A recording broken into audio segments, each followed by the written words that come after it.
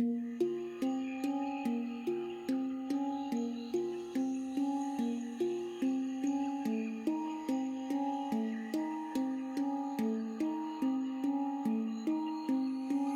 la historia de la ufología se considera la experiencia vivida en 1961 por Betty Barney Hill como el evento que inauguró el fenómeno conocido como abducción extraterrestre. Cientos de casos se reportaron desde entonces alrededor del mundo, contribuyendo significativamente a la formación del folclore moderno sobre los encuentros con seres de otros planetas. Dados los elementos dispares entre los distintos casos, pero a su vez la curiosa coincidencia de ciertos patrones comunes, investigadores de distintos ámbitos se lanzaron a la búsqueda de respuestas bajo la sospecha de que ello no obedecía únicamente a meras alucinaciones o malas pasadas de nuestros sentidos perceptivos, arrojando hipótesis para todos los gustos. Sin embargo, llama la atención aquella que vincula a las aparentes abducciones extraterrestres con la sabiduría ancestral y las prácticas del chamanismo, con una molécula conocida como DMT y con los registros transpersonales de nuestra psique. Pero, ¿qué relación puede haber entre las abducciones extraterrestres y los estados no ordinarios de conciencia? ¿Qué lectura podemos hacer de tales experiencias desde la perspectiva del chamanismo? ¿Qué es la dimetiltriptamina o qué postulados de la psicología transpersonal pueden arrojar luz a todo este enigma? Bien, pues para responder a estas y otras cuestiones tenemos con nosotros a Néstor Berlanda, médico psiquiatra, docente en la Facultad de Ciencias Médicas de la Universidad Nacional de Rosario, presidente de la Fundación Mesa Verde y miembro del Centro de Estudios en Antropología del Conocimiento y la Conciencia. Además, es coautor de los libros Ayahuasca, Medicina del Alma y de los Extraños, reeditado por Reediciones Anómalas en 2018. Néstor, buenas noches y bienvenido a Luces en la Oscuridad. Hola, buenas noches. Encantado de estar aquí contigo. Igualmente, Néstor.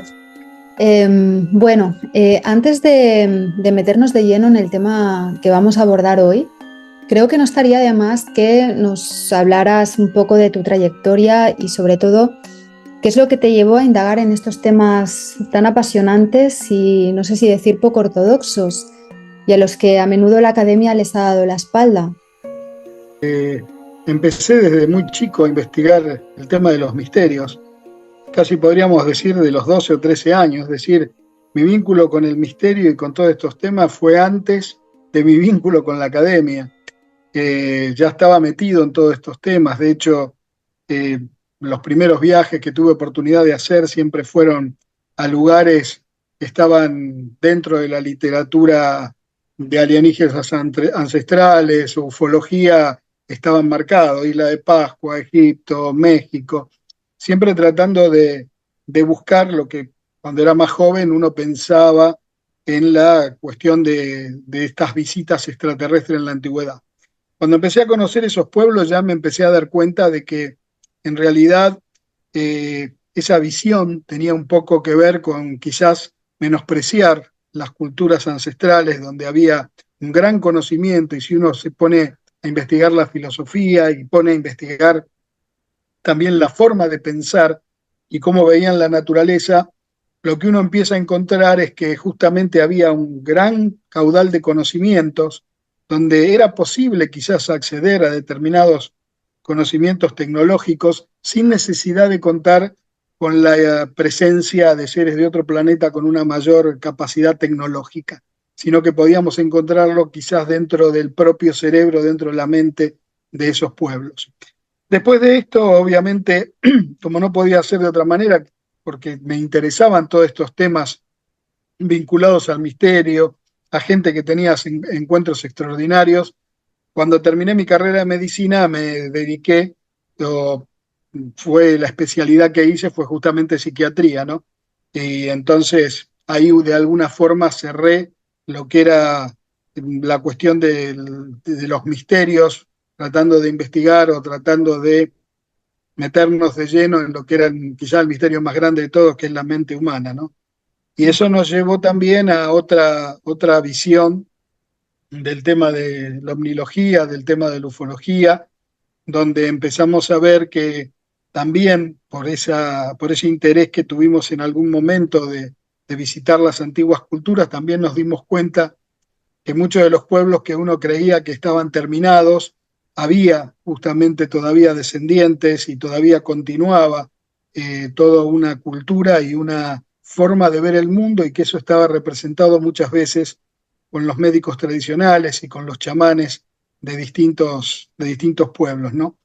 Fue así que empezamos a tener con el grupo de gente que trabajábamos en aquel entonces, que era el CIFO, el Círculo de Investigaciones del Fenómeno OVNI.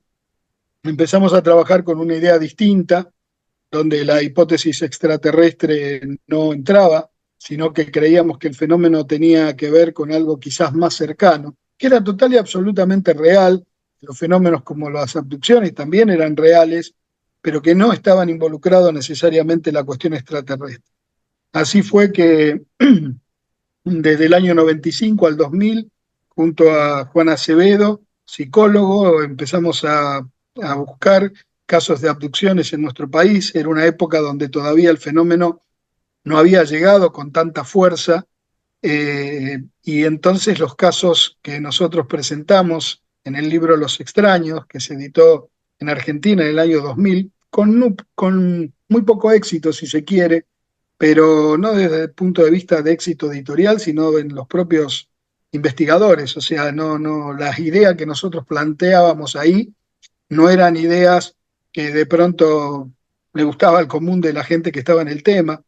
Y sí fue un éxito en todos los investigadores con la reedición del 2018 de Reediciones Anómalas, donde inclusive hablando con algunos investigadores acá de nuestro país la semana pasada, me decían: lo que pasa es que cuando ustedes editaron Los Extraños, la verdad que no se hablaba de lo que ustedes hablaban ahí, y hoy día sí. Hoy día el tema de relacionar el fenómeno ovni y las abducciones con el tema de la conciencia está inclusive ante los que fueron los lugares más duros, si se quiere, como es Estados Unidos, con el tema de desclasificación y demás, pero se está hoy investigando y relacionando el tema de la conciencia con el tema de los ovnis. De aquella investigación del tema de las abducciones pudimos reafirmar más que estábamos justamente en un camino que no era el equivocado, y fue así que empezamos a investigar estos estados no ordinarios de conciencia o ampliados de conciencia, pero no desde afuera, sino desde adentro. Y así pudimos relacionarnos con el tema, con chamanes y concretamente con el tema de la ayahuasca, donde estuvimos trabajando 3 años, un grupo de entre 3 y 16 personas, la mayoría gente vinculada a la salud mental o a la medicina, y en las investigaciones que pudimos realizar, no solamente hacia afuera, sino hacia adentro de nosotros mismos, pudimos ir ratificando muchas de las ideas que teníamos.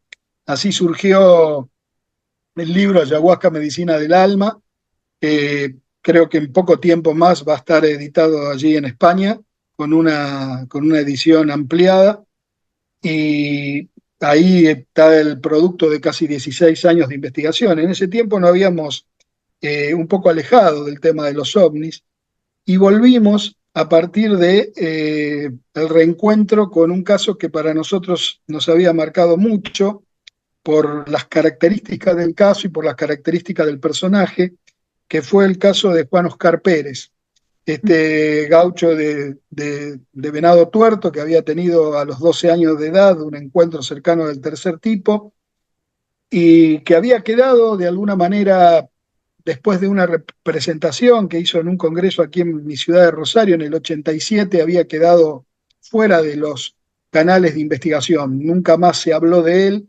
nunca más se supo de él, hasta que decidimos junto al doctor Diego Viegas tratar de reencontrarlo, y fue así que en el 2010 pudimos encontrarlo.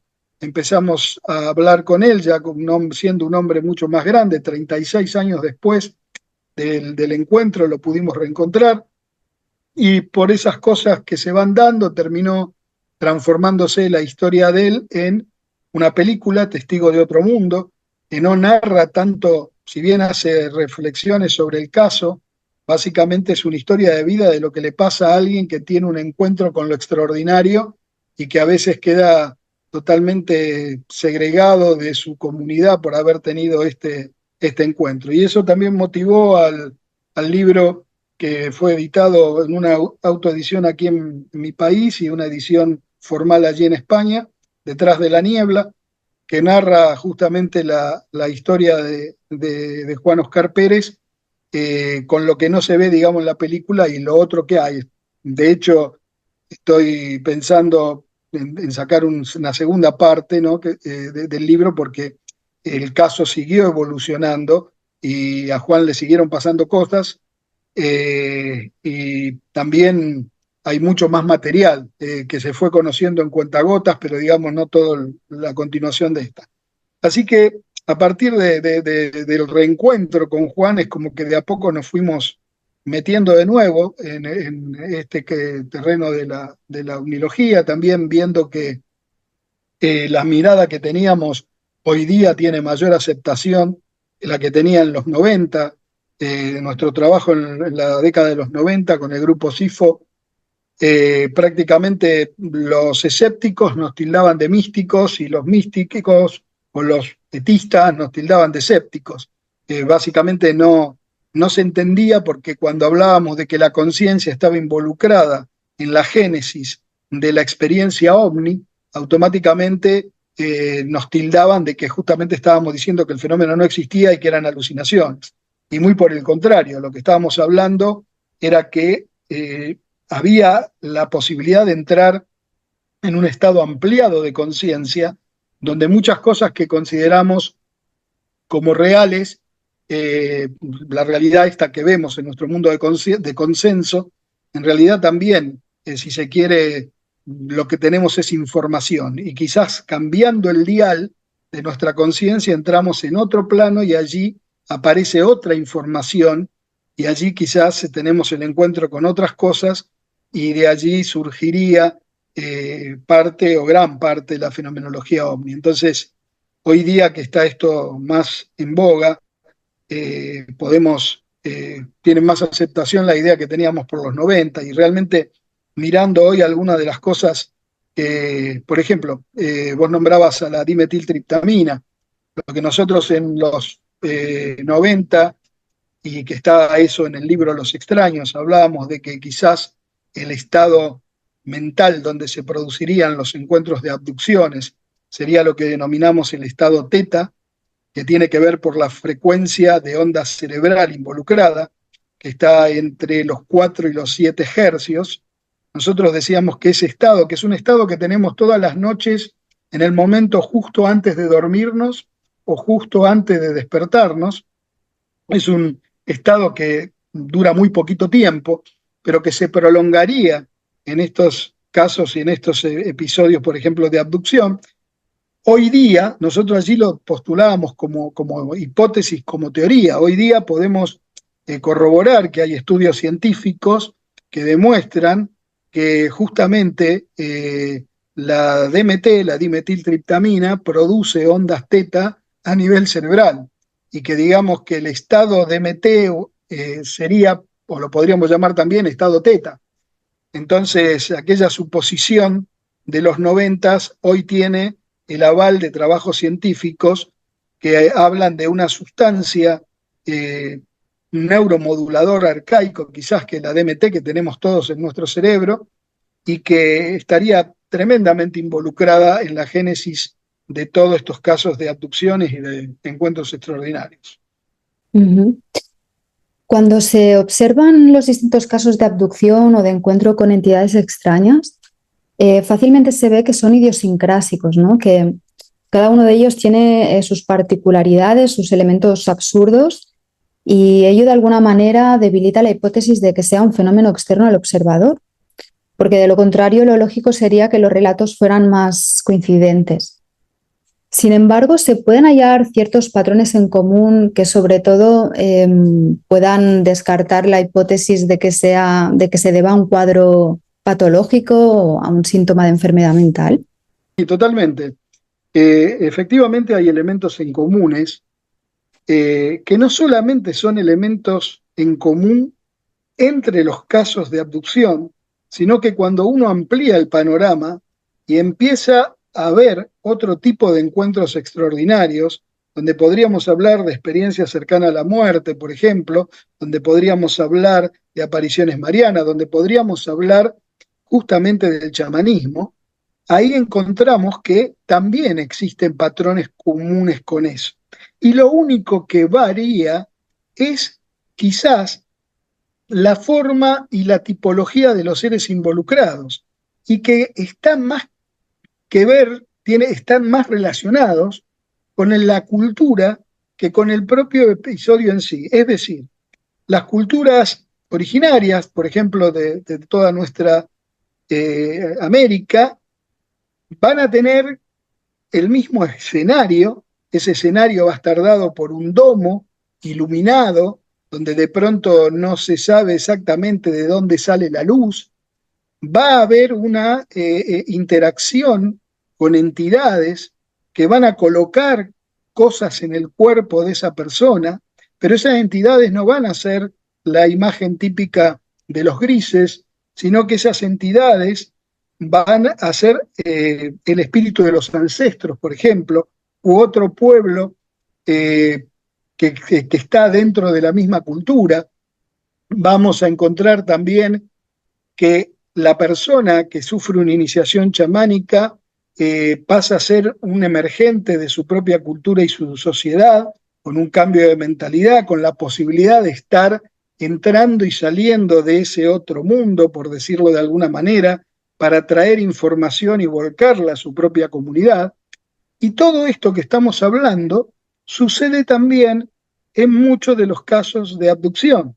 Lo que ocurre es que ese domo iluminado ya no es una caverna, sino que pasa a ser una nave, que esas cosas que le ponen en el cuerpo no son cristales de cuarzo u otro tipo de objetos, sino que pasan a ser implantes tecnológicos. Y sí se produce, volviendo a nuestra cultura, un cambio de mentalidad de las personas que atraviesan la experiencia de abducción. Muchas de ellas empiezan a bajar un mensaje, si se quiere, de ecológico o de unidad.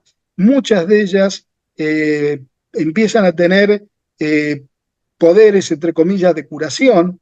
Es lo mismo que el tema del chamanismo. Lo que ocurre es que obviamente esas personas, cuando tienen la experiencia, bajan en una sociedad que no es una sociedad como una sociedad de los pueblos originarios, comunidades más chicas, con otro tipo de concepción del mundo, sino que bajan ese mensaje en una sociedad más tecnológica y más individualista, como es nuestra sociedad humana actual en las grandes ciudades. Entonces a veces el mensaje se diluye o se confunde. Y la imagen del ser que está generalmente involucrado en el tema de las abducciones, la imagen del gris, no es casual que esa imagen haya quedado tan incorporada dentro de la cultura humana, digamos, que hoy la imagen de un alien está representado por la imagen de un gris en Estados Unidos, en Europa, en Sudamérica, es la imagen de un gris. Y curiosamente, esa imagen de un gris toma gran fuerza a partir de los 90 con la tapa del libro Communion de Whittle Stryber, donde relata su experiencia, que curiosamente es la imagen de un gris, pero no es el ser que verdaderamente vio Whittle Stryber, porque era más narigón el ser que vio Whittle Stryber, y el que aparece en la tapa del libro no. Pero esa imagen dispara el tema de encuentros de abducciones y a su vez termina siendo la imagen típica de un alien. Hay que recordar que vos nombrabas a Betty Barney Hill como el primer episodio de abducción, pero lo cierto es que los seres de Betty Barney Hill, si bien son parecidos, no son grises. Y habría también largo y tendido para hablar propiamente del caso en sí. Ahora bien, ¿por qué a nuestro entender esa imagen quedó tan grabada en toda la cultura como representación de lo extraño, de lo ajeno, de lo otro? En primer lugar, porque a nuestro entender representa lo que sucede en una experiencia de abducción y podríamos agregar un poco más lo que sucede en un encuentro extraordinario, que es una experiencia de muerte y resurrección. O sea, la persona muere al estado que tenía anteriormente y renace con otra concepción del mundo y de la vida, tal cual como sucede en el chamanismo, que es típicamente una experiencia de muerte y resurrección, y acá sucede lo mismo con la propia experiencia en sí y la representación de esa figura que lleva a cabo esto, representa, a nuestro entender, también la muerte y resurrección. ¿Por qué? Porque para nosotros es la imagen de la síntesis entre una calavera y un feto. O sea, el feto de aproximadamente 4 meses, 3 meses, tiene la propia apariencia de un gris, o sea, cabeza grande, los ojos grandes, la boca no muy marcada, al igual que la nariz, y eso también se sintetiza con la imagen de una calavera, sin nariz, sin boca, las cuencas vacías y negras y oscuras de los ojos, como la propia imagen del feto, una figura lánguida, brazos largos, flaca, color grisáceo, el mismo color de un esqueleto y el mismo color que tendría el feto también en esas semanas. Entonces, a nuestro entender, justamente la imagen del gris es la síntesis de la calavera y un feto que representa la muerte y que a su vez representa el renacimiento.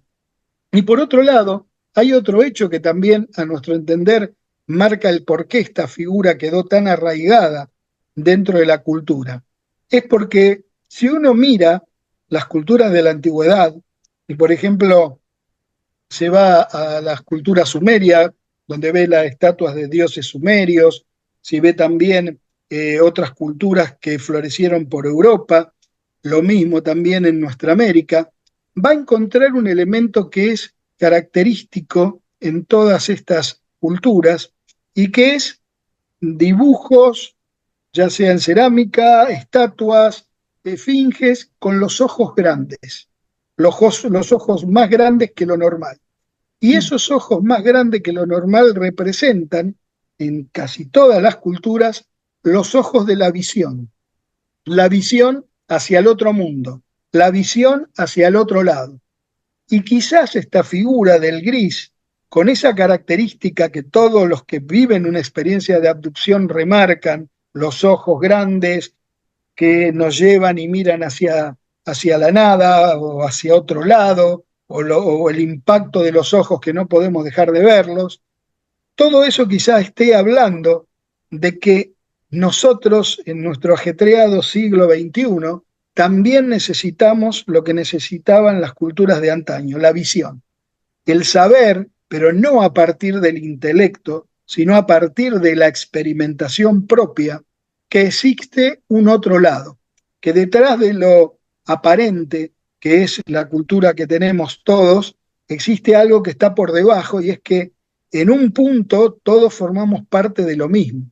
Nosotros somos uno con la naturaleza y con el otro, y no desde el punto de vista de la filosofía solamente, sino también desde el punto de vista de la física. Por ejemplo, la teoría de David Bohm con el orden implicado y otros físicos que también hablan de que hay una matriz que hace que todos en algún nivel estemos unidos y que tan solo el hecho de ver las cosas separadas sea tan solo una ilusión. De hecho, los niños pequeños cuando nacen se ven uno con el entorno y con su madre. Y tiene que haber un proceso de maduración cerebral y de crecimiento de circuitos neuronales para que aparezca la división y la separación del entorno y de su madre. Pero la primera percepción del ser humano cuando nace es que todos formamos parte del todo. Y muchas veces, si quedamos fijados en ese punto, entre los 4 y 5 años, vamos a tener una mayor facilidad para poder experimentar este tipo de encuentros extraordinarios. De ahí que también el otro concepto que nosotros trabajamos es que no es abducido quien quiere, sino quien puede, de acuerdo a una determinada condición psicobiológica, en donde entraría ahí justamente el tema de la DMT, Y el tema es ver por qué habría mayor cantidad de dimetiltriptamina en estos individuos que tienen experiencias de encuentros extraordinarios. Ajá. Néstor, en cuanto a las consecuencias que tiene una experiencia de este tipo para el testigo, ya has mencionado unas cuantas, como este cambio de mentalidad, la aparición de capacidades curativas o incluso curaciones propias espontáneas. Pero lo cierto es que para algunos, algunos lo viven de forma positiva y otros lo viven de forma traumática. Un caso paradigmático de ello es el protagonista del documental Testigo de otro mundo, que de algún modo es un ejemplo paradigmático de cómo alguien es capaz de superar lo traumático de una experiencia de este tipo, integrándola y imagino que en la medida en la que es capaz de dotarla de sentido, ¿no? No, es que justamente dijiste una palabra clave en todo esto y que Ujú. explica la cuestión de la experiencia positiva o la experiencia negativa. Y la palabra es integración. El Ah, mayor problema está cuando no se integra la experiencia.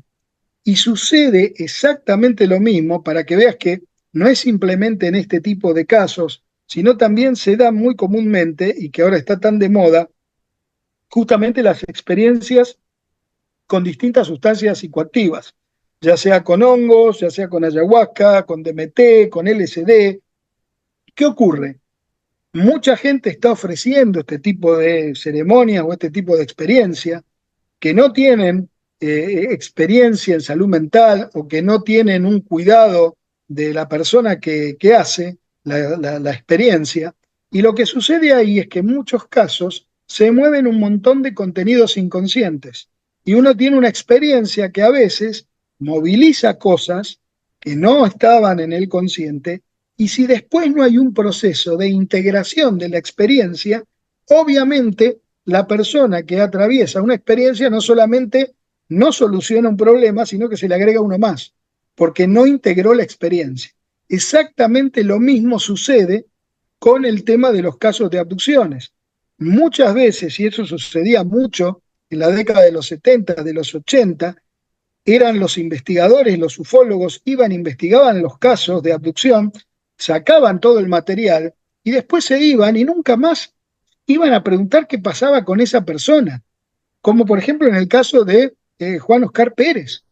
Juan ujú. Oscar Pérez no solamente no pudo integrar su experiencia, sino que se sintió rechazado por la misma y se sintió rechazado por lo que a él le despertó la experiencia, como eran los sueños premonitorios, donde de pronto él no quería dormir del lado izquierdo, que es en el lado donde le aparecen esos sueños, y mucho menos contarlo, porque se burlaban de él o lo hacían a un lado por esta cuestión. Y eso lo llevó a ir de estancia en estancia, recorriendo el país, porque cuando digamos que alguien sabía lo que le había pasado o él comentaba algo, ya lo miraban mal y se tenía que ir a otro lugar.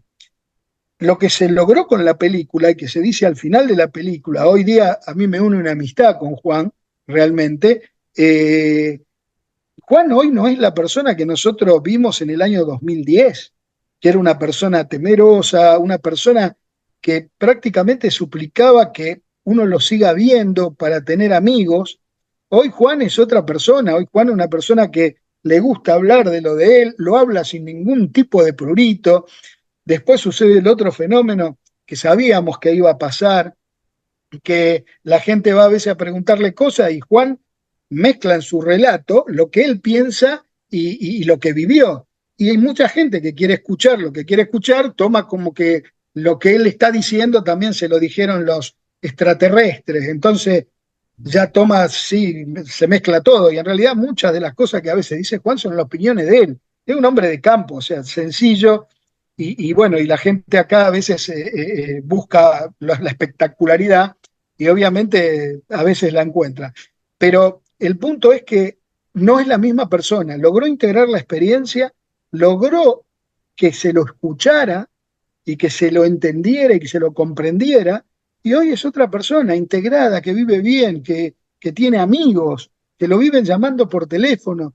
O sea, eso lo hemos visto en los casos que hemos podido investigar, donde la clave está en poder escuchar y integrar la experiencia. Por eso, no está mal que un ufólogo investigue casos de abducción, pero no deje a esa persona librada a su experiencia, que después trate de buscar a alguien que pueda colaborar y que ayude a que esta persona pueda integrar la experiencia. Es muy interesante, por ejemplo, el trabajo de un amigo que hemos establecido contacto, no nos conocemos personalmente, pero hemos hablado varias veces aquí por Zoom, que es Nicolás Dumont, que es psicólogo, y él tiene un libro que se llama Clínica de la Abducción, y él ha trabajado en Francia justamente logrando integrar o ayudando a integrar los casos de abducción. Entonces, la pata que faltaba a todos estos encuentros extraordinarios, lo mismo también las personas que viven, por ejemplo, una experiencia cercana a la muerte, ¿no? La pata que faltaba era justamente la palabra que tú dijiste, integración. Cuando se logra integrar la experiencia, muchas experiencias que pueden comenzar siendo negativas, después se ve que tienen otro tipo de trasfondo. Lo mismo que puede suceder, como te decía, en una experiencia muy fuerte con alguna sustancia psicoactiva o con alguna cuestión psicoterapéutica muy profunda que a veces saca a luz cosas muy guardadas, ¿no? Ujú. Quería preguntarte precisamente si conocías a Nicolás Dumont, porque lo he descubierto recientemente y me parece súper interesante el enfoque desde la psicología clínica a este tipo de casos, que son tan delicados psicológicamente y bueno, porque es necesario procurar por el bienestar emocional, ¿no? de estos testigos. Y en este sentido, quería preguntarte qué consideraciones podemos hacer a la hora de relacionarnos con ellos, con los testigos, ya no en cuanto a su salud emocional o su equilibrio psicológico, sino a la hora de procurar no influir en su relato o en su memoria. Sí, básicamente el punto central es escuchar todo el relato y las preguntas justamente tienen que ser de acuerdo a lo que la persona va relatando.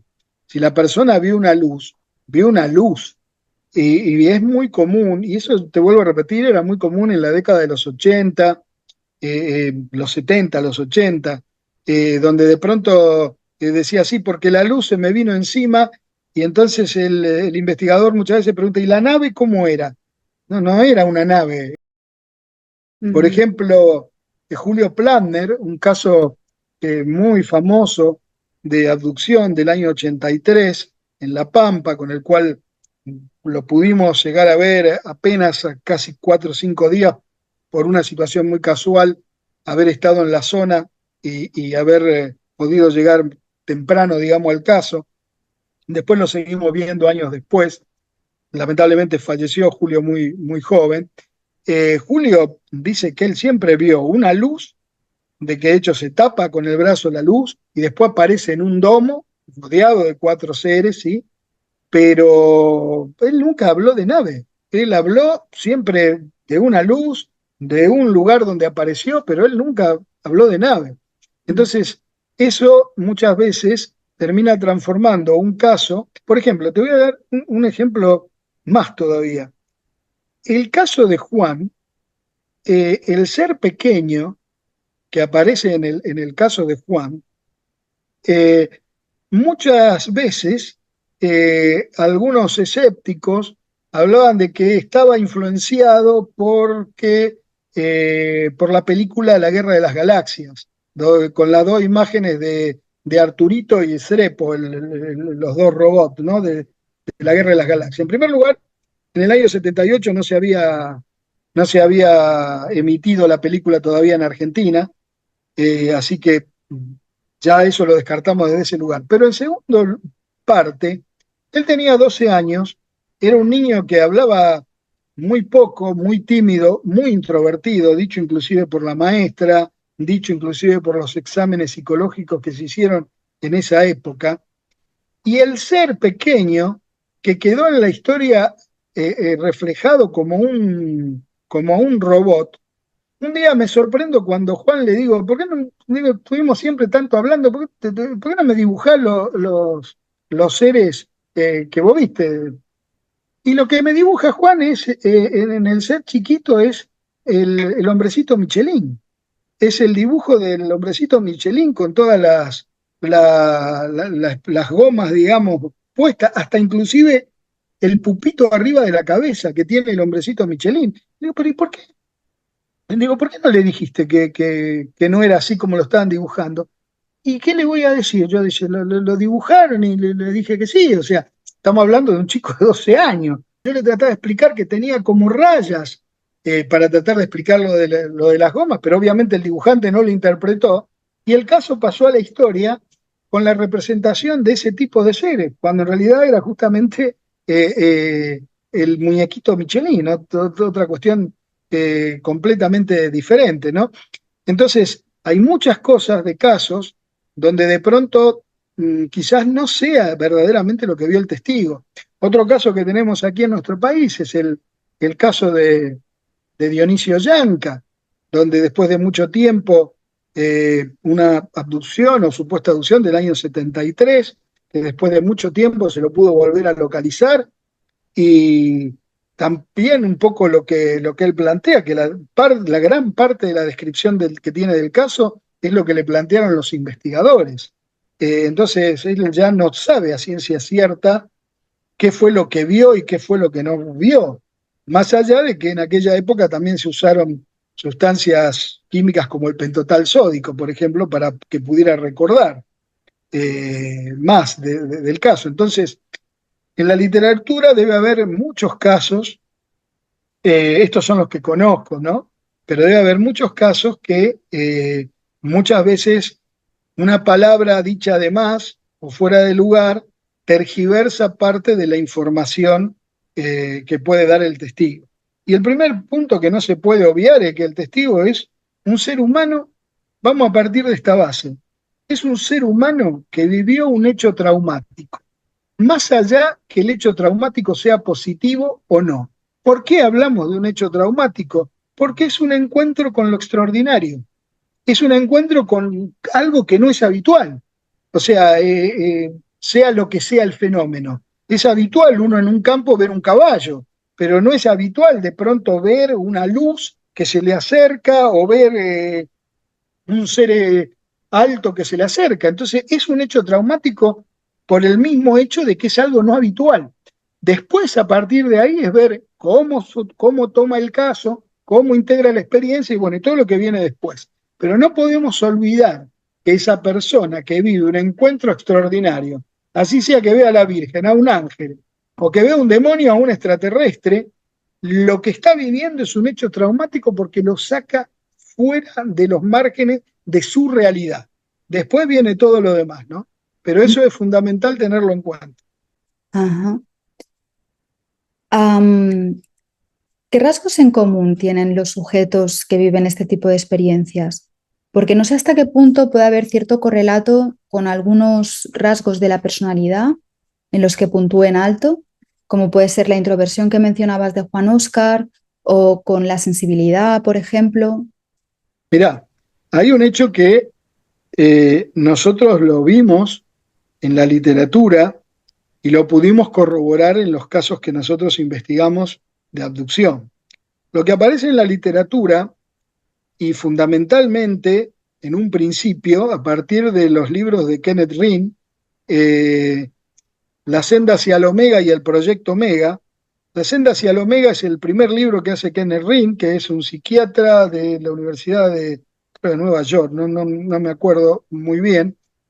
Hace una investigación sobre personas que tuvieron experiencias cercanas a la muerte. Lo que él encuentra en estas personas que tuvieron experiencias cercanas a la muerte es que habían de niño sufrido situaciones traumáticas, de niño, ya sea situaciones de abuso, situaciones de violencia familiar, enfermedades de larga duración que hacía que lo mantenían en la casa, situaciones traumáticas durante la infancia, generalmente hasta antes de los 5 años, desde el nacimiento hasta los 5 años aproximadamente. Resulta que Kenneth Ring después fue a realizar la misma investigación en casos de abducidos y encontró el mismo patrón, situaciones traumáticas en la infancia. Y cuando nosotros, teniendo esta información, investigamos los casos que nosotros investigamos y que aparecieron en el libro Los extraños, encontramos el mismo patrón. O sea, una situación psicológicamente vulnerable durante la infancia. ¿Qué es lo que facilitaría esta situación? Esta situación lo que haría es que esos niños tuvieran mayor facilidad para poder salirse de la escena, es decir, dejar volar su imaginación y no estar viviendo el acto traumático. Es algo similar a lo que relatan muchas veces personas que fueron torturadas, que en el momento de la tortura es como que se dejan el cuerpo, por decirlo de alguna manera, para tratar de evitar el hecho traumático, ¿no? Y esto es lo que tienen en común. Esta gente ha tenido este tipo de experiencia. Y ahí entra el tema de la DMT. ¿Por qué? Porque los estudios científicos, hechos fundamentalmente en roedores, hablan de que primero, en primer lugar, que en el momento del nacimiento los roedores tienen mayor cantidad de DMT que se prolonga, creo que hasta las 32 semanas, una cosa así, en los roedores. Es muy probablemente que también suceda lo mismo en el ser humano, que aumente la cantidad de DMT. Pero el otro hecho también es que se sabe que la DMT aumenta en situaciones de estrés. Entonces, la hipótesis que nosotros barajamos, por eso hablamos de determinada condición psicobiológica, lo psíquico estaría dado por el hecho traumático y lo biológico estaría dado porque ante el hecho traumático se produce mayor DMT que produce a su vez la llave para poder cambiar el dial de la realidad y poder percibir otro tipo de realidad. Entonces, esos individuos ya quedan predispuestos a vivir algún tipo de encuentros extraordinarios. Y aquí entramos en otro tema también extremadamente interesante. Yo esto lo charlaba en oportunidad que pudimos entrecruzar opiniones con el doctor Gary Nolan de la Universidad de Stanford. Gary Nolan está muy vinculado con Jacques Vallée, con todo el tema de la investigación de los metamateriales y también con investigaciones del tema de la conciencia. Y justamente le preguntaba a él el tema de la DMT y lo que él había encontrado. Y él me da un dato también extremadamente interesante. No solamente está de acuerdo con esto de la DMT, sino que lo que encontramos en personas que vivieron experiencias cercanas a la muerte y en personas que tuvieron abducciones y también lo encontramos en personas que han tenido encuentro extraordinario o el encuentro extraordinario se manifiesta de distintas maneras, podemos encontrar una línea de linaje, y en el chamanismo fundamentalmente, encontramos un linaje. Es decir, que hay una predisposición que viene de generación en generación. Entonces, muy probablemente lo que ocurra es personas que tienen esta condición de niño, que después tienen un encuentro extraordinario, que aumenta la cantidad y la producción de DMT y que después por epigenética va pasando a los sucesivos parentesco, ¿no? Una cuestión de parentesco. Y se va haciendo la cadena de linaje. Esto lo encontramos en experiencias cercanas a la muerte, en abducciones y en chamanismo. Y también lo encontramos en aquellas personas que viven encuentros extraordinarios o que tienen ciertas capacidades paranormales. Y acá viene otro hecho muy interesante que me planteaba Gary Nolan, eso yo no lo tenía realmente, y es lo siguiente, que él me plantea que en los estudios que habían hecho, ellos no hicieron estudio con DMT, ellos hicieron estudios con una zona del cerebro que es el putamen y el núcleo caudado. Son una serie de núcleos que están en el centro del cerebro y que tienen que ver con la concentración, con la memoria y con la mayor creatividad. Digamos que si uno tendría que encontrar un lugar donde estaría ubicada una antena que nos conecte para bajar información de otro lado, sería en el putamen y en el núcleo caudado. Gary Nolan y Kit Grimm, en este caso, que fueron dos investigadores que investigaron un montón de gente que tenía cuestiones a nivel paranormal, porque tenía cuestiones de visión extraocular, habían tenido encuentros con ovnis, o sea, era gente de la Fuerza Aérea de Estados Unidos, que había tenido encuentros con ovnis, encuentran, cuando le hacen tomografías al cerebro, encuentran que en esa zona ven como una mancha blanca, pensaban que era un tumor o algo por el estilo, y cuando profundizan se dan cuenta que son mayor cantidad de fibras neuronales. O sea, tiene mayor cantidad de fibras que permitirían la conexión. Y acá aparece otro dato interesantísimo. Se comprobó por trabajos científicos, lo que yo te hablo con respecto, por ejemplo, a la DMT, algunas cosas sí te puedo dar como especulación esto, pero los otros son todos trabajos científicos que avalarían la especulación que uno hace. La DMT produce neurogénesis y produce mayores conexiones neuronales. O sea, aumenta la cantidad de neuronas y aumenta las conexiones entre las neuronas. Esta fibra que estamos diciendo recién. ¿Y qué pasa?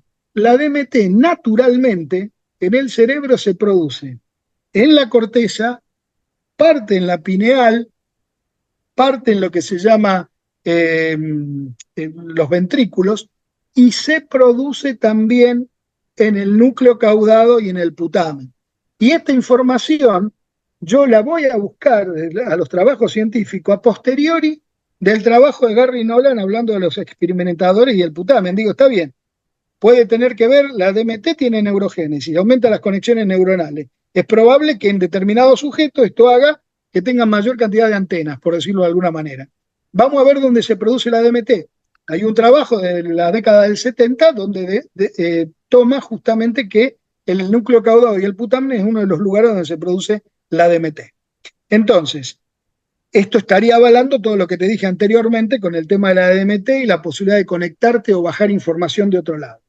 El dato que me arroja Nolan y que me sorprende tremendamente es que además de haber encontrado linaje, ¿cómo lo encuentra en el linaje? Busca a los familiares y encuentra esta misma cuestión de mayor conexiones neuronales en el núcleo caudado y el putamen, lo encuentra en familiares de la gente que tuvo este tipo de experiencia. Pero lo más sorprendente es que en muchos casos también lo encuentra en las parejas de la gente que ha tenido esto. Entonces, ¿qué me dice Nolan? Nolan me dice que eso tendría la explicación, que es lo que sucede con la teoría de la evolución. Uno busca a alguien, el mejor, digamos, genéticamente, como hacen los animales, los humanos también lo hacemos, lo que pasa es que no nos damos cuenta, al que esté mejor preparado genéticamente para poder hacer que la evolución vaya justamente en ascenso. Entonces, la hipótesis de Nolan, obviamente una hipótesis porque no está corroborado con una gran masa de casos, pero sí que lo encontraron. Entonces, habría en estas personas la cuestión de buscar pareja en personas que también tienen estas mismas características. Y de hecho, no sé mucho todavía, pero hay un caso que me escribieron y espero poderlos contactar a breve, dos personas que viven allí en España, que se conocieron y sin saber que los dos ya de niño tenían la capacidad de tener experiencias de encuentros extraordinarios, cosas así extrañas, ¿no? Y esta vertiente, digamos, que abre Gary Nolan es sumamente interesante, porque estaríamos hablando quizás que en la evolución de la especie humana, en X cantidad de cientos o miles de años, no lo sé, podamos tener mayor cantidad de individuos que tengan, digamos, conexión o que bajen información de otro lado. Qué interesante.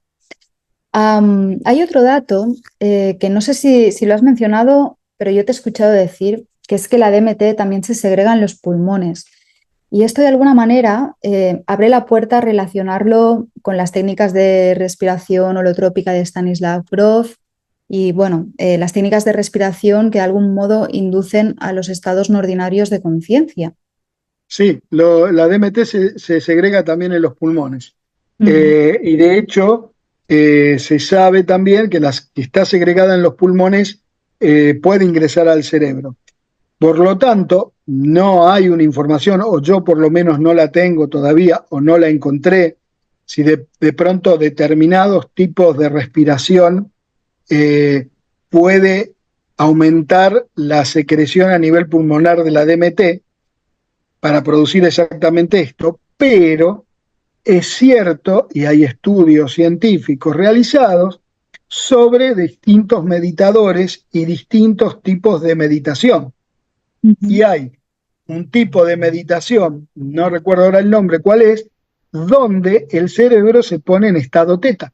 ujú, Entonces, sería muy lógico de pensar que ese tipo de meditación, con ese tipo de respiración, podría aumentar la producción de DMT endógena para justamente abrir otros campos y poder percibir otras cosas, ¿no?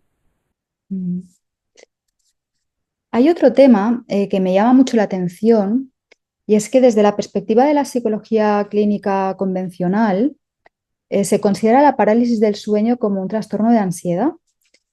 Y bueno, para aquellos oyentes que no sepan de qué se trata, es un trastorno que consiste en despertar en mitad de la noche, no poder moverse y de forma muy habitual percibir visitantes de dormitorio, que se les llama, o incluso tener experiencia de salida del cuerpo.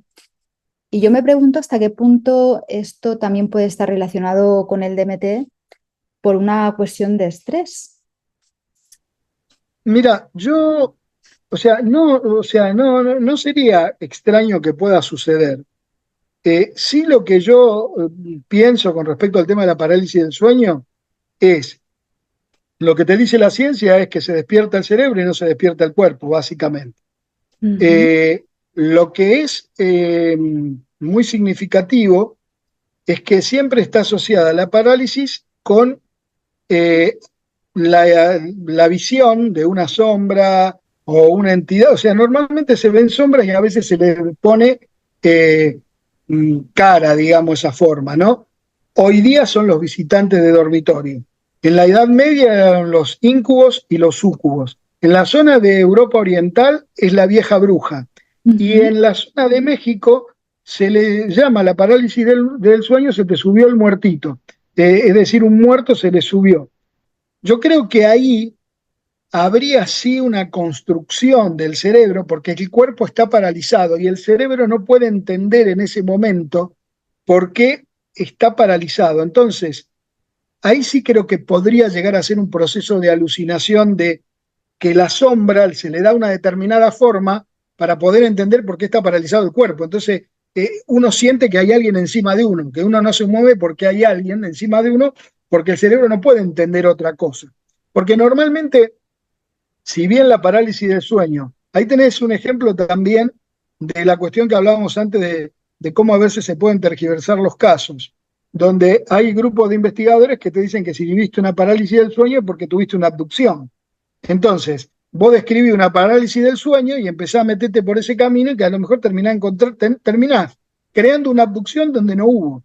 ¿Por qué? Porque le hace una regresión hipnótica, no ujú. una regresión, sino una regresión hipnótica donde ya le empezás a meter más información y bueno, ahí se arma un montón de cosas. Más allá de esto, obviamente que también puede ser, porque hay, como te decía al principio, la mente es el misterio más grande que tenemos y hay un montón de cuestiones que uno puede encontrar.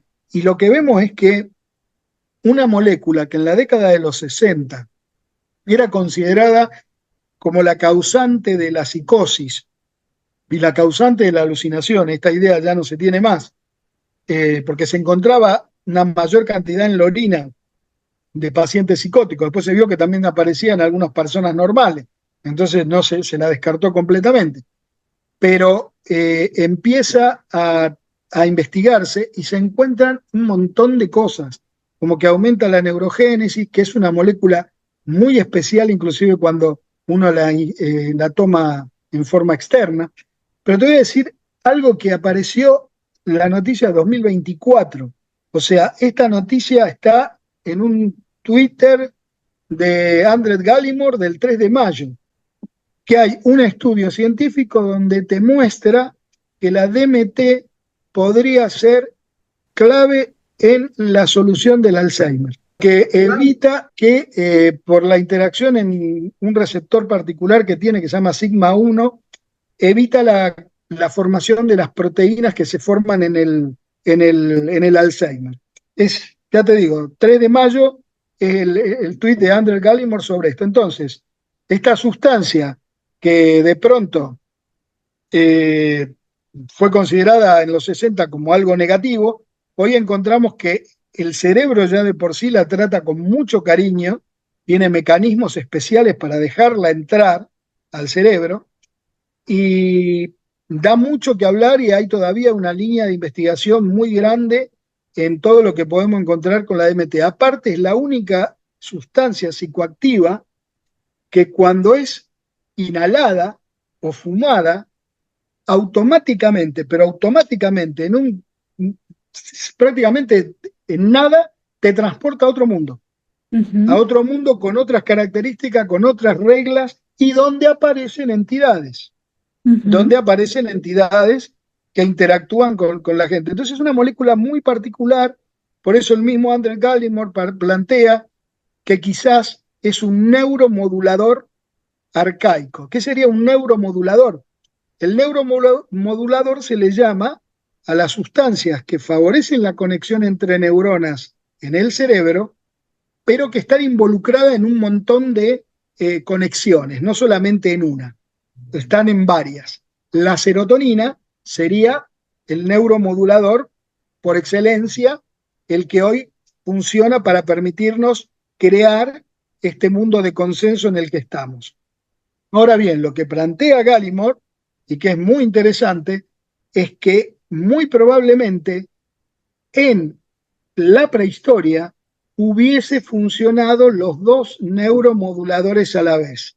Para decirlo muy sintéticamente, la serotonina durante el día y la DMT durante la noche para poder favorecer entrar a esos otros mundos, obtener información y así los chamanes y muchos de los primitivos, digamos, podían encontrar lugares donde había animales, contactarse con el espíritu de los animales, decirle dónde están, encontrar información para poder tener un lugar a donde guarecerse y demás. Entonces, por eso tenemos ese registro, es muy gracioso y fantástico a la vez que todas las personas que han entrado en ese famoso mundo de Meteo, de Meteverso, te describan que los seres lo reciben con alegría, las entidades, que pueden ser de distintos tipos. Oh, volviste, otra vez estás acá. O sea, esa cosa fantástica y loca quizás esté hablando de que nuestro cerebro también tiene el mapa, así como tiene el mapa de esta realidad que vemos hoy y que es nuestro mundo de consenso, también tendría el mapa de lo que es el mundo DMT al cual podemos acceder en determinadas circunstancias. ujú. Es que es muy curioso, Néstor, porque muchas de estas personas, y esto también ocurre con las ECM, las personas que han inhalado el DMT dicen a menudo que allí donde se han visto transportados es una realidad que les parece más real que la realidad misma, ¿no? Y como si de algún modo pertenecieran más a ese espacio que a este. Y esto imagino que conecta con la psicología transpersonal, que es este enfoque de la psicología que integra, que contempla la dimensión espiritual del ser humano. Y a mí me gustaría preguntarte, ¿cuál crees tú que puede ser la naturaleza de este registro de la psique humana? Si es que tiene una entidad independiente a nosotros, o al contrario, o ambas cosas. Ya, yo te puedo contar y no puedo no darte esta respuesta porque es algo que he vivido yo personalmente. Ujú, Nosotros calculá que estuvimos trabajando 20 años con ayahuasca. La ayahuasca contiene DMT, así que he estado, por decirlo de alguna manera, en esos mundos o interactuando con esto que te estoy contando, no una cuestión teórica, sino una cuestión vivida. Es muy común cuando vos haces una experiencia de ayahuasca que sientas obviamente esto de más real que la realidad y demás, eso es así, 100%, pero vos sentís, y muchos lo dicen así, la presencia de la planta, el espíritu de la planta ayahuasca. por más que la ayahuasca es un combinado de dos plantas, vos sentís el espíritu de la planta, que es la que de pronto te permite quizás comprender algunas cosas. Entonces, en una de esas experiencias con ayahuasca, veo, siento, percibo esta presencia que me va planteando, diciendo algunas cosas. Entonces digo, es la planta. Y en otra experiencia distinta, siento como que es una parte más profunda mía. Entonces digo, era una parte más profunda mía. Entonces ahí pregunto, pero entonces ¿cómo? Antes era la planta y ahora una parte más profunda mía. ¿Qué es en realidad? Es que es la planta y es una parte más profunda tuya. Ujú. Claro, es que desde nuestra configuración mental, que es tan racionalista, parece una paradoja, pero quizá tenemos que ir superando este marco tan cartesiano, tan racionalista, para tener otro tipo de comprensiones más profundas. Que es totalmente lógico si lo vemos a la luz del nuevo paradigma que se avecina. Y lo vemos a la luz de la teoría de David Bohm, donde te habla de ya no que conciencia y realidad son dos caras de una misma moneda, sino que David Bohm te habla de que conciencia y materia son dos caras de la misma moneda, porque en realidad la conciencia sería una parte más sutil de esa espuma cuántica o de ese orden implicado. Y basándose en eso, de David Bohm, bajo esa premisa, todo está conectado, las plantas, el ser humano, todo nuestro cerebro, estamos todos conectados. Entonces, entidades que puedan estar, o conciencia que puedan estar viviendo en otro plano, qué sé yo, o cómo llamarlo, pero estaríamos todos conectados, formamos parte de una misma cosa. Entonces, es lógico, digamos, si se quiere, visto desde este lugar. Los trabajos de Greenberg con respecto de Jacobo Greenberg con respecto al tema del potencial transferido y que de pronto los cerebros podían estar captando lo que capta uno, otro cerebro captando lo mismo, y que esto estaría hablando de que estarían todos unidos, como lo postula uno de los postulados justamente de la física cuántica. Es otra prueba más de que quizás en otro nivel de mayor profundidad estemos todos unidos, ¿no? Entonces, bajo esa lógica, eh, tiene toda otra explicación. Lo que pasa es que estamos muy sujetos a este paradigma todavía cartesiano y luchamos, creo, por no desprendernos de este paradigma, pero hay evidencias que ya nos van llevando en otra dirección, o sea, que querramos o no, ¿no? Quizás una especie de zona de confort, ¿no? Esto del materialismo, y que de alguna manera y poco a poco tenemos que ir superando. Que de hecho para algunos pensadores y a la luz de los descubrimientos más recientes de la ciencia, como que se está quedando obsoleto. Pero bueno, eso es otro debate. Ya casi para terminar, hace poco publicaste un artículo en la revista El Ojo Crítico de nuestro amigo Manuel Carballal, un artículo llamado El plasma, pieza clave del enigma OVNI, y me gustaría que nos dieras 4 pinceladas sobre este tema que daría para una entrevista entera y que es completamente fascinante también. Bueno, sí, verdaderamente es un tema muy complejo, pero básicamente, para ser muy sintético, existe una estructura, el 99,9% del universo es plasma, básicamente. Y solamente un pequeño porcentaje representa la materia. Hay una estructura de plasma, el plasma es el cuarto estado de la materia, desde el punto de vista de la definición más escolar, si se quiere, pero existe una estructura de plasma que se llaman los plasmas complejos polvorientos. Los plasmas complejos polvorientos serían como una especie de partículas cargadas que están rodeadas de un campo electromagnético que tienen también, aparte de partículas cargadas, micromoléculas de polvo, que tienen generalmente la formita como si fuese de una vainita, de un escarbadiente mucho más micronésimo, digamos. Esas partículas eh, cargadas con estas partículas de polvo dentro de esta estructura que se llama plasmoide, tienden a autoorganizarse. y curiosamente conforman cuando se autoorganizan, es decir, que van obteniendo una determinada forma y se van justamente organizándose y no quedan sueltas al azar. Cuando se autoorganizan reciben el nombre de cristales de plasma. Lo más sorprendente del caso es que estos cristales de plasma, cuando se autoorganizan, adoptan la forma de la molécula de ADN, la doble hélice, lo cual podríamos pensar que la doble hélice quizás sea la estructura universal para un tipo de conciencia o de vida orgánica y de vida no orgánica. Estos trabajos hablarían de que esta estructura de plasma, de estos plasmas complejos polvorientos, de acuerdo a un trabajo, creo, hecho en los 80 por un científico ruso, que no te lo pronuncio, sé que empieza con T porque lo voy a pronunciar mal, siempre tengo muchos problemas con los apellidos rusos, me los olvido siempre. Y Tisinovsky, algo así, pero es un trabajo científico. Este trabajo científico habla de que la estructura de plasma quizás sea una forma de vida no orgánica.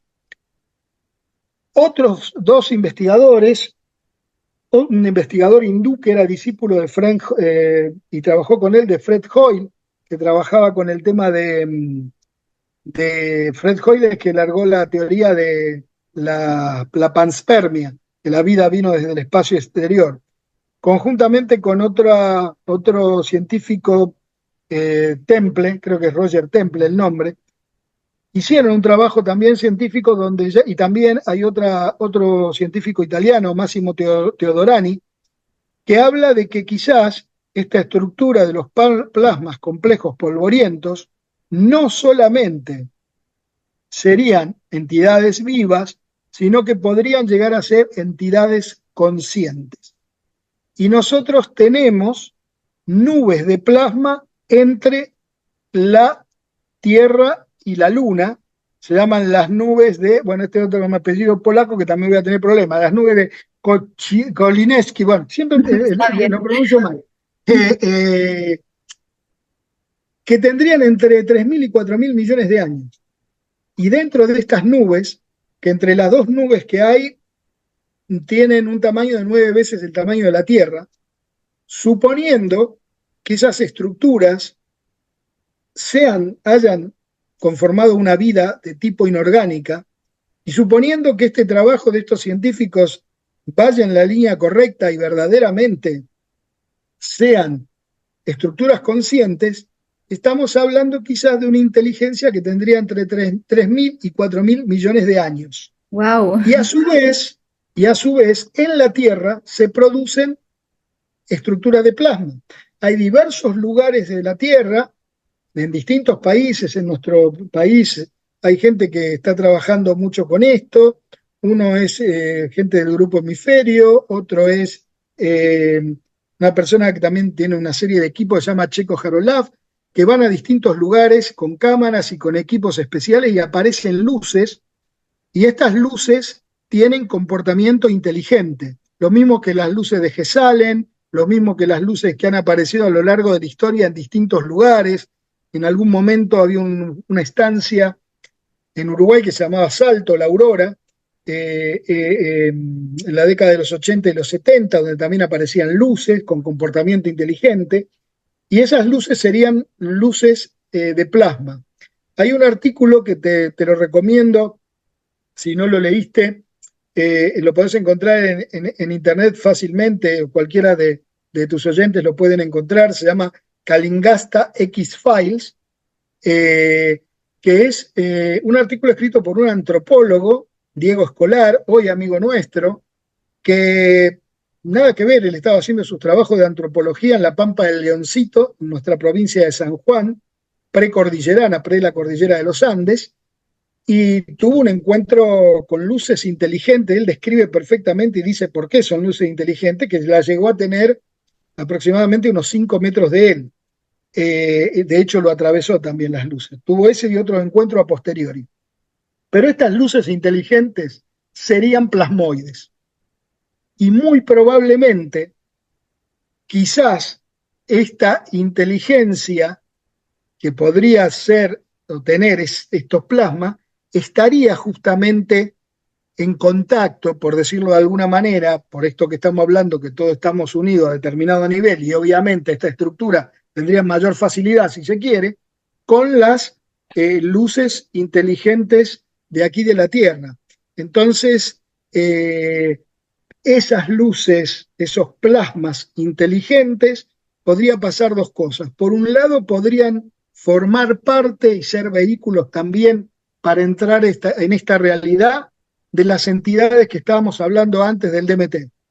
Y por otro lado, estas luces también serían las que interactuando con los testigos podrían, justamente porque emiten campo electromagnético, sacar contenidos del inconsciente del testigo, o sea, ahí podríamos entrar la teoría de la distorsión de Caravaca, y crear justamente la experiencia ovni, si se quiere, como era antes.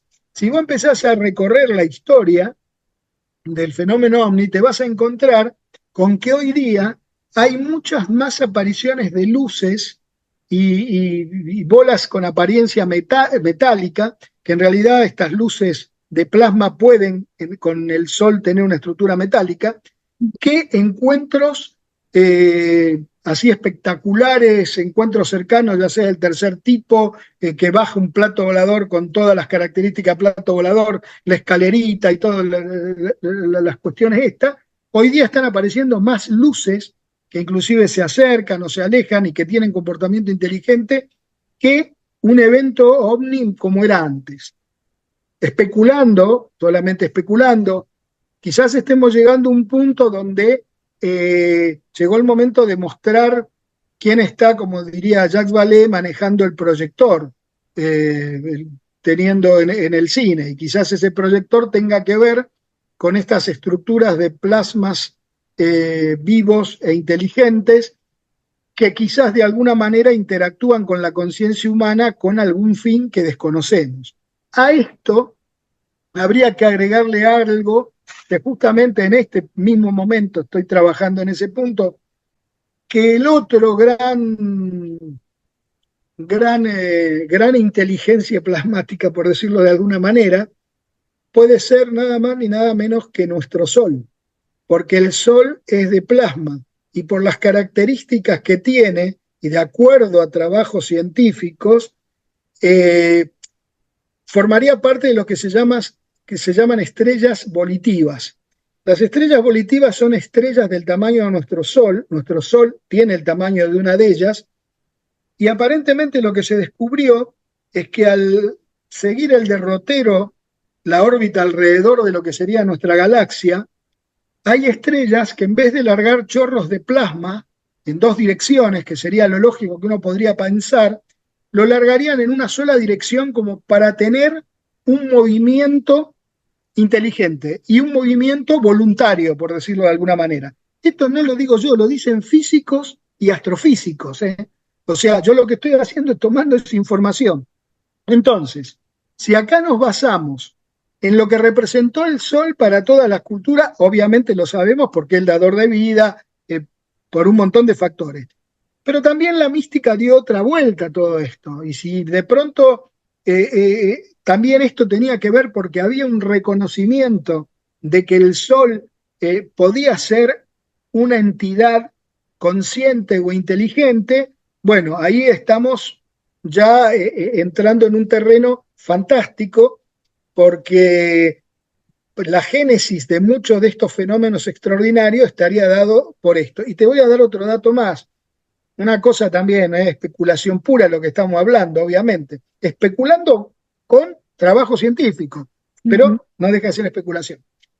Otro elemento que usamos nosotros en nuestras casas, y que también es plasma, es la luz de una vela. La luz de una vela tiene la energía de la vela y se van desprendiendo las cositas del cabito, digamos. Sí. De la mecha, serían los microgranos de polvo. Entonces, se me ocurre pensar esto. Si el plasma es una estructura consciente e inteligente, si todos los plasmas están conectados su conciencia entre sí, y de pronto forman una gran masa de inteligencia. Esta costumbre que tenemos todos a lo largo de la historia de la humanidad de prender una vela y desear algo a la vela o elevar algo con la vela, quizás tenga que ver con que de alguna manera verdaderamente estamos, a partir de esa vela, que sería una parte de esa otra inteligencia, estaríamos también conectando nuestra conciencia con eso, ¿no? Quizás muy loco, especulación pura, fantástico, lindo para creer, porque da otro sentido a esto, pero bueno, es en lo que hoy día se está trabajando, se está viendo.